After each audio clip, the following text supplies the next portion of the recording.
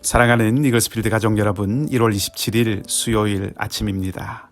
오늘도 좋으신 우리 주님의 은총이 여러분의 삶 가운데 함께 하시기를 소망합니다.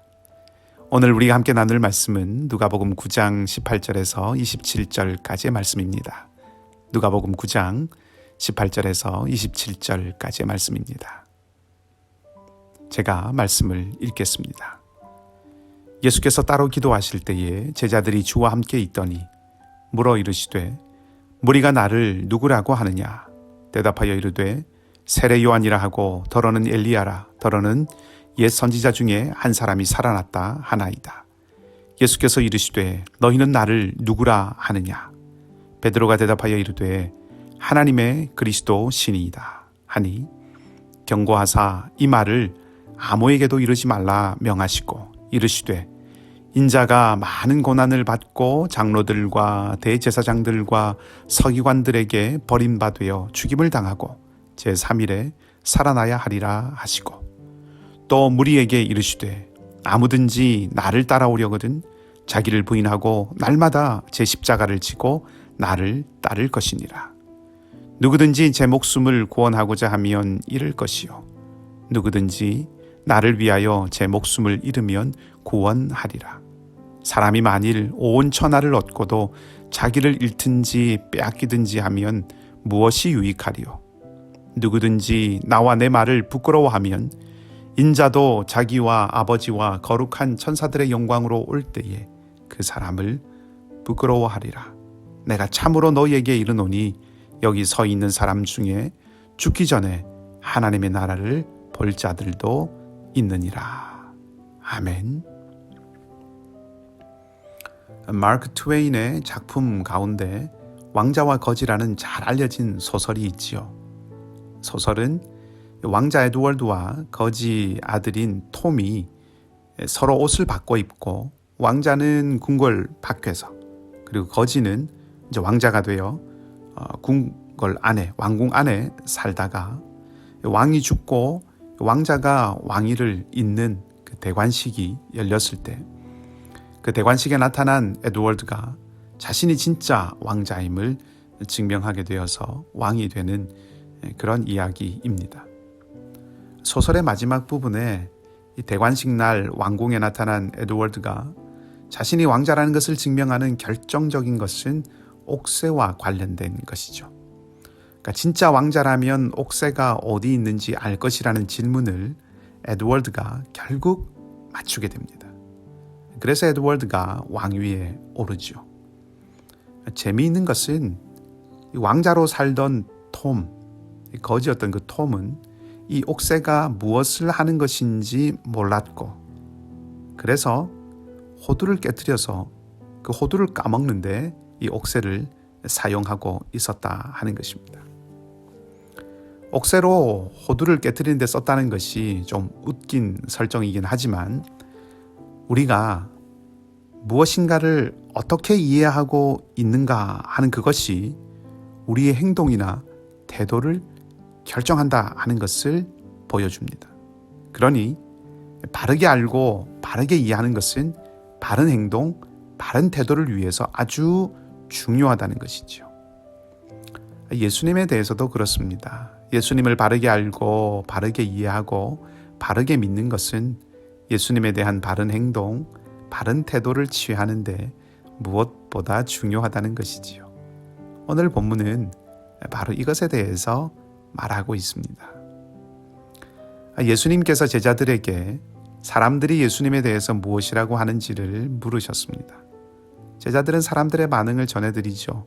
세례 요한이라고 하는 사람들도 있고 엘리야라고 하는 사람들도 있고 어떤 사람들은 옛 선지자 중에 한 사람이 살아났다고 하기도 합니다.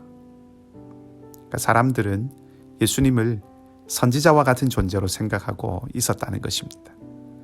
그런 생각이 전혀 틀린 것은 아니었습니다. 예수님은 선지자와 같은 그런 역할들을 하셨습니다. 그러나 예수님은 선지자보다 크신 분이시죠. 예수님은 그것을 가르쳐 주시려고 하십니다. 그래서 제자들에게 다시 질문하십니다. 너희는 나를 누구라 하느냐?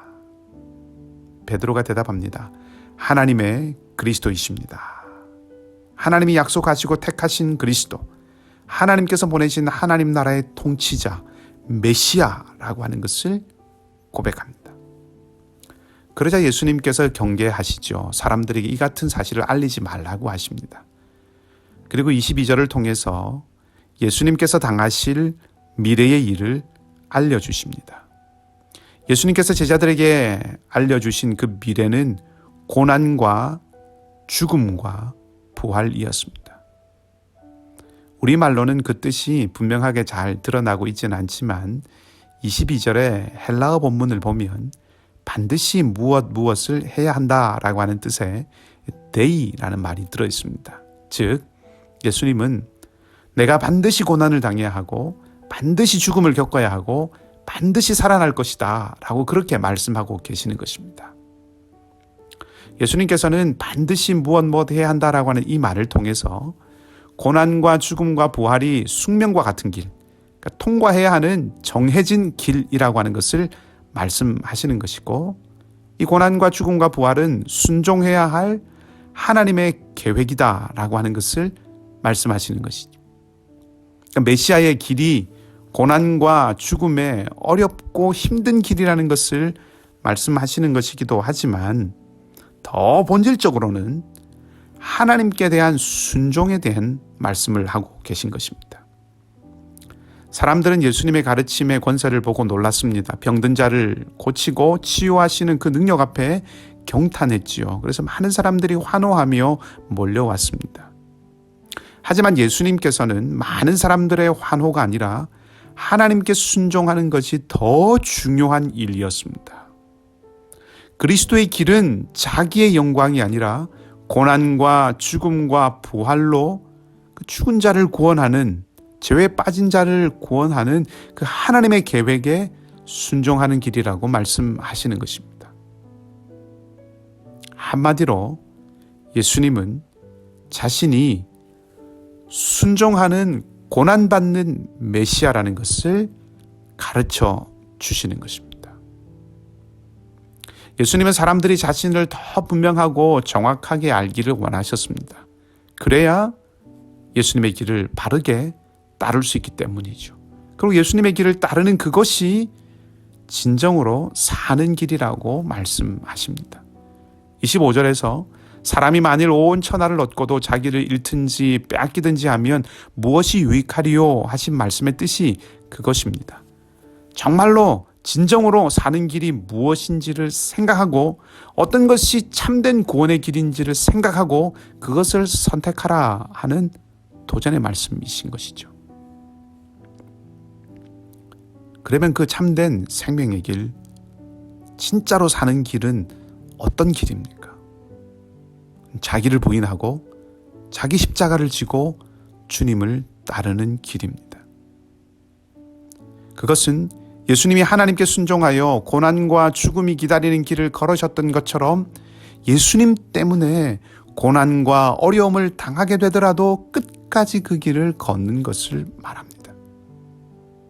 고난은 핍박과 박해만을 의미하지 않습니다. 주님의 길을 방해하는 모든 세상적인 가치들도 뜻합니다. 주님의 길을 걷는다는 것은 크고 작은 우리의 일들 앞에서 자기의 영광을 구하는 길이 아니라 하나님의 뜻에 순종하는 것을 선택하는 길입니다. 오늘 말씀은 분명합니다.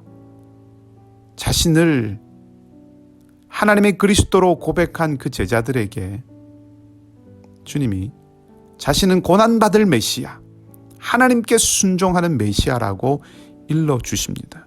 그리고 주님은 제자들에게 자기가 걸은 그 길로 오라고 말씀하시는 것이죠. 그렇다면 그 길의 끝은 무엇입니까? 27절입니다. 내가 참으로 너희에게 이르노니 여기 서 있는 사람 중에 죽기 전에 하나님의 나라를 볼 자들도 있느니라. 아멘. 그 길의 끝은 하나님의 나라, 하나님의 승리입니다. 정리하자면 메시아는 반드시 순종의 십자가를 져야 하고 제자는 반드시 그리스도의 길을 따라야 하며 그렇게 할 때 하나님의 나라는 반드시 임한다는 것입니다. 이것이 오늘 본문의 내용입니다. 가장 중요한 것은 이것입니다. 우리가 주님을 누구로 알고 믿고 있느냐 하는 것입니다. 그것이 이후의 모든 것을 결정합니다. 그래서 오늘 저는 여러분들께 그렇게 여쭙고 싶습니다. 여러분은 예수님을 누구라고 하십니까? 우리는 예수님이 우리의 구주시라고 고백하고 주님이라고 고백합니다. 과연 그 고백은 아직도 유효하십니까? 오늘 내 삶은 그 고백에 대하여 무엇이라고 답하고 있습니까? 이 질문에 대한 답만큼이 정직한 우리의 모습일 것입니다. 만일 우리가 주님 외에 무언가 혹은 누구인가 더 필요하다면 어쩌면 그 무엇이, 그 누구가 우리의 하나님이 되고 있는지도 모릅니다. 다시 한번 질문 드리고 싶습니다. 나는 예수님을 누구라고 하는가? 이 질문이 오늘 하루 저와 여러분, 우리를 이끄는 질문이기를 바랍니다. 오늘 하루의 모든 만남 가운데서, 오늘 하루의 모든 일 가운데서, 우리의 마음과 생각 가운데서 이 질문이 살아있어 우리를 깨우는 그 은혜가 있기를 주님의 이름으로 소망합니다. 함께 기도하겠습니다. 하나님, 오늘도 새날을 주셔서 감사합니다. 예수님을 요한이나 엘리야나 다른 선지자 중에 한 사람처럼 특별한 하나님의 능력을 가지거나 사명을 받은 존재로 아는 것이 아니라 하나님의 뜻에 순종하시는 메시아, 우리를 제자로 부르신 그 주님으로 온전하게 고백할 수 있기를 바랍니다.